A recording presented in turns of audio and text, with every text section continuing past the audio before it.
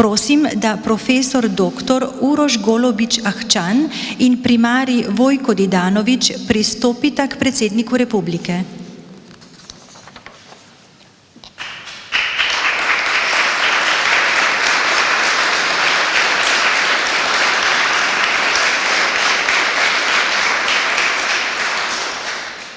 Kar sta storila Uroš Ahčan in Vojko Didanović, se zdi onkraj meje mogočega.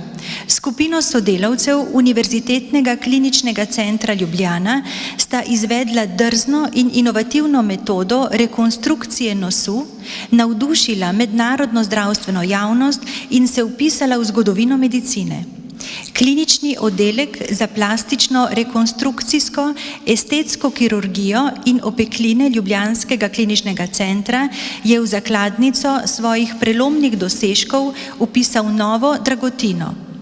Življenje je poklic in poklic je življenje, je dejal profesor dr. Ahčan, in to je misel, s katero vodi skupino sodelavcev in jih venomer spodbuja, da stopajo čez meje znanega in preizkušenega.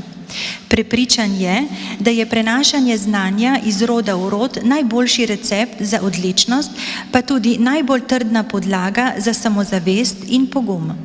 Sam je učenec Zorana Arnža in Marka Godine, od njiju je prevzel ne le znanje, marveč predvsem strast do zdravniškega poklica. Oboje, ob tem pa še vztrajnost in pogum za iskanje novih poti, sedaj predaja mlajšim generacijam. Izobrazil je več kot 100 kirurgov po celem svetu. Je izjemen učitelj, strokovnjak, predavatelj, predan posvečenemu poslanstvu pomagati sočloveku. Ta operacija je bila njegov največji izziv doslej in o sodelovanju s primarjem Didanovićem je dejal: bila sva kot dva veslača na olimpijski progi, kjer je zamah vsakega posameznika ključen za končni rezultat. Skupaj s sodelavci sta se lotila na prvi pogled neverjetnega, nemogočega izziva. Bolnici, ki je zaradi invazivne oblike kožnega raka pred leti izgubila nos, je plastična proteza, ki je prekrivala odprtino, zadajala izjemne bolečine in jemala voljo do življenja. Danes pravi, da se počuti, kot da bi se znova rodila. Zahvala gre profesorju dr. Ahčanu in primariju Didanoviću, ki nista pristala na to, da ni rešitve. Zasnovala sta načrt, kako narediti rekonstrukcijo nosu, in se povezala z inženirjem Tomažem Tušarjem, ki je izdelal tridimenzionalni model. Na podlagi tega modela so skonstruirali nos iz kosti in mehkih tkiv na podlakti bolnice. Po 2 zahtevnih operacijah, že pol leta po zadnji, bolnica danes živi novo življenje. Slovenska javnost pa se navdušuje nad strokovnjakoma, ki se nista zadovoljila z že znanim, marveč sta sodelavci kot prva na svetu podala v podvig, ki bo poslej v navdih mnogim. Njun vrhunski uspeh je najprej njun in uspeh skupine sodelavcev, ki so verjeli v čudež in ga so ustvarili. Je pa tudi izjemen uspeh slovenskega zdravstva, ki potrjuje, da imamo odlične in ambiciozne strokovnjake. Dokazuje, da je slovensko zdravstvo lahko izjemno, da na določenih področjih prestavlja mejnike in piše prelomne in čudovite zgodbe. Odzivi bolnikov so neprecenljive nagrade, ki nimajo denarne enote, in zato je za profesorja dr. Ahčana in primarija medicine in primarija Didanovića medicina najlepši poklic na svetu. Takšnim posameznikom, njihovi predanosti in neomajni vztrajnosti gredo iskrene čestitke in zahvala. Ob njih se zavemo, da lahko slovenski znanstveniki, raziskovalci, strokovnjaki enakopravno vstopajo v mednarodno skupnost in se v njej uspešno uveljavljajo. Njihov uspeh je navdih in spodbuda za prihodnost, za pogum, za vztrajanje.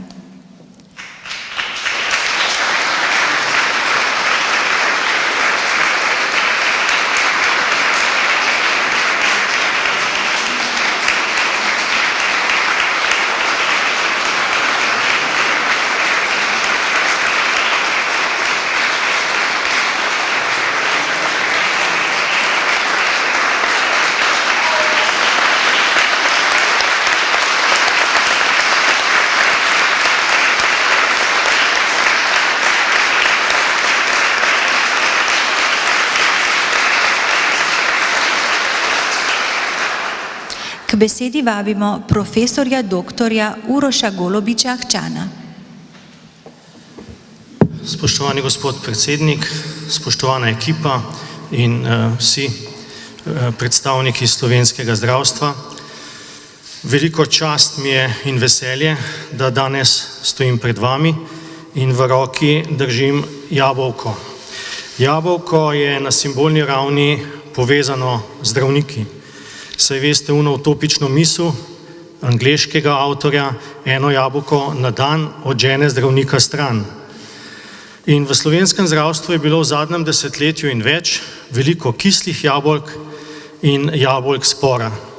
Zato mi je veliko veselje in čast, da je predsednik države, spoštovani gospod Borut Pahor, prepoznal naše delo in delo naše ekipe, našo predanost, ustvarjalnost, znanstveno-raziskovalno delo, ročne spretnosti in podelil to jabolko navdiha, ki je namenjeno vsem delavcem v zdravstvu, ne le posameznikom, kajti v sodobni medicini ni prostora za supermene, temveč zgolj za dobre ekipe. Vesel sem, da smo pomagali bolnici, da smo ji povrnili nasmeh na obraz, ker vsi vemo, da je nasmeh najboljši modni dodatek. In vesel sem, da imamo v rokah jabolko navdiha, ki bo navdih in izziv mladim generacijam in drugim strokam. In da ne bom predolg, naj končam z anekdoto, kako sem spoznal, da smo res nekaj velikega dosegali. Bil sem prisoten na gradbišču, kjer so delavci prišli k vodji gradbišča gospodu Suadu in so tarnali, da neke stene ne morejo prestaviti, pa da so traverze, pa beton, pa železobeton, pa jih je Suad samo pogledal, pa je rekel, če so znali nos na roki narediti, bomo mi tudi to steno prestavili.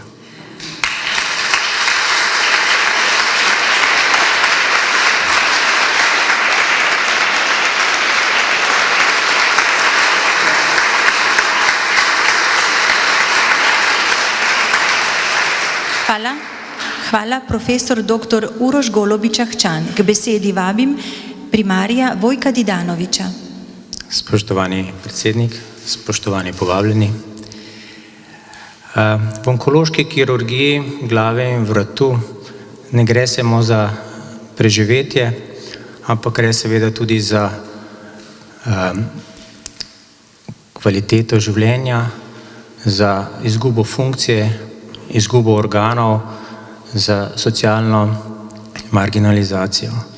Zato se rekonstruktivni kirurgi že leta trudimo, da bi vse te defekte, ki jih povzročimo z odstranitvijo maligne bolezni, tudi rekonstruiramo.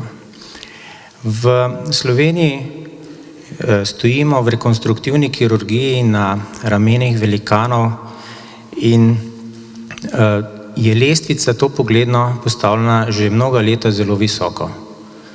Ampak nobena dobra operacija ni sama po sebi umevna. Je rezultat trdega dela, tradicije, dobrih timov in pa produktivnega okolja, ki takšno kirurgijo omogoča. Ena od lastnosti rekonstruktivne kirurgije je, da ni nikoli 100%, da nikoli ne vemo, kakšen bo končni rezultat oziroma ali bo ta končni rezultat res, ki smo si ga zastavili pred operacijo, res dosežen. Na maksilofacialni kirurgiji je najdaljša operacija, rekonstruktivna, ki smo izvedli, trajala 20 ur in se je končala neuspešno. Pacientka, pri kateri sva z Urošem rekonstruirala nos, je bila ves čas, je imela neomajno zaupanje v naju, predvsem v Uroša, s katerim sta začela to obravnavo.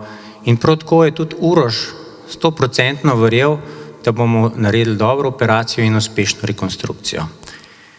Res smo naredili odlično rekonstrukcijo, nekaj, na kar smo lahko vsi mi ponosni. Vse 100% pa ravno ni šlo in mislim, da če ne bi živeli oziroma stali na ramah gigantov, o katerih smo danes že slišali, da bi lahko šlo tudi marsikaj narobe. Še ena stvar je, ki je Uroš v bistvu v tej operaciji izvedel prav vizionarsko. In sicer s pomočjo Miha in Manuela smo vse procese od začetka do konca fotodokumentirali, kar je bilo pomembno, zato ker smo želeli to operacijo predstaviti javnosti. In nam je tudi uspelo. Jaz ne vem, a je Uroš vedel, kakšen medijski odmev bomo dosegli, a si je to želel, ali je to pričakoval, ampak vsekakor jaz sem prepričan in sem navdušen nad tem, koliko pozitivnih reakcij smo v vsem tem času, odkar smo to operacijo predstavili, dobili. Ampak ne gre, mislim, da tudi jaz danes verjamem, da je prav, da smo to naredili, zato ker se mi zdi, da v tej negativni klimi ljudje hlepijo potem, da bi dobili od nas zdravstvenih delavcev ali pa od vseh, ki smo izpostavljeni, pozitivne informacije, pozitivne podatke o tem, da pri nas vseeno nekaj dobrega se dogaja in da pač imamo zelo dobro medicino. Pred novinarsko konferenco v kliničnem centru sva se prosim, če me prekinete, če sem predolg, pa če tako da, no. Tega ne verjamem. Jaz poznam vsaj mojo hčero, ona mi vedno reče, veš Vojko, kot jaz te ne bom nikoli več nič vprašala, ko te vprašam, ne znaš nehati razlagati. Ne? Tako da ona zagotovo bo rekla, da sem predolg. Hvala. No, skratka, pred novinarsko konferenco v kliničnem centru sva se z Urošem dobila in sva pač se pogovarjali o tem, kakšno sporočilo želiva dati javnosti za to novinarsko konferenco, kako želiva predstaviti. In potem je v enem trenutku Uroš rekel, veš kaj, Vojko, zdaj imava priložnost, zdaj bova vse povedala, kar naj jo teži, kar naj jo matra. In potem so se malo razmišljala, se rekla, ne, želiva, to je pozitivna zgodba, želiva dati pozitivno informacijo in tako je vse skupaj tudi izvenelo in mislim, da je bilo prav. Kljub temu, če poslušate vse, kar se dogaja in kar sva govorila, lahko vidite, da vse tako fino tudi ni in da trenutno se rekonstruktivni kirurgiji zelo slabo gode in da nam je težko, da nam ni lahko.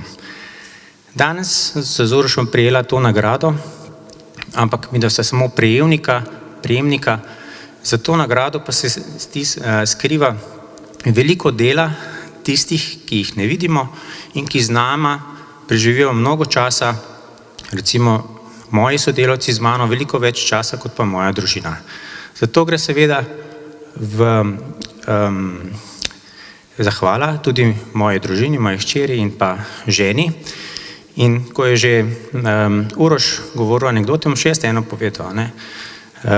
Prejšnji teden, ko je bilo vse to najbolj medijsko odmevno, ko so bile posod slike, je žena šla kupovati sadje na našo tržnico in je pač tam ta prodajalec, kjer kupuje, je rekel, Nina, spet si sama, a tvojega spet ni.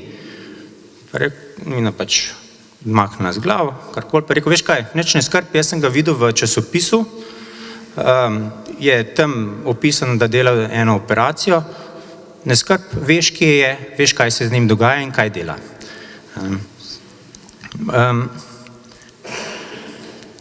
To priznanje je seveda za nas tudi zaveza, zato da bomo pač naprej še delali, da bomo našli izzive v rekonstruktivni kirurgiji, kar ni težko. Vsak pacient, ki potrebuje rekonstrukcijo, ima svojo zgodbo, ima posebne izzive. Ampak če je bila novinarska konferenca v medicinskem hramu v kliničnem centru, danes pa ne moramo čist brez politike.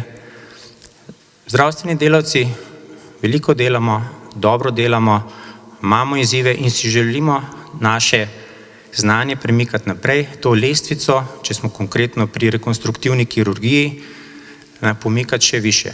Ampak če širše okolje ne bo spodbujalo tega oziroma ne bo primerno, bo to zelo težko. Gospod predsednik, hvala, da ste opazili našo delo, hvala vsem, ponos mi je prejeti tole nagrado. Hvala.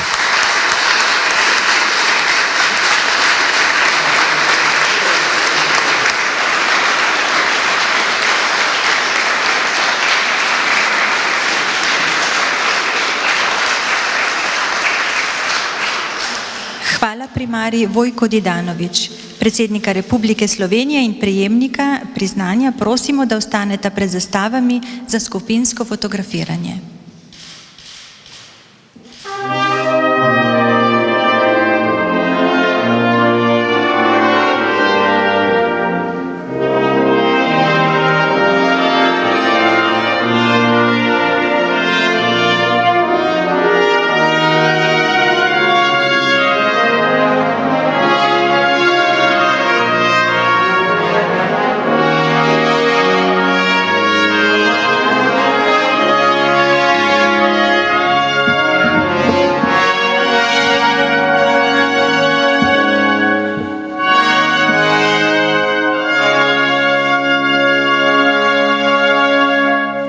Hvala, s tem je uradni del slovesnosti zaključen.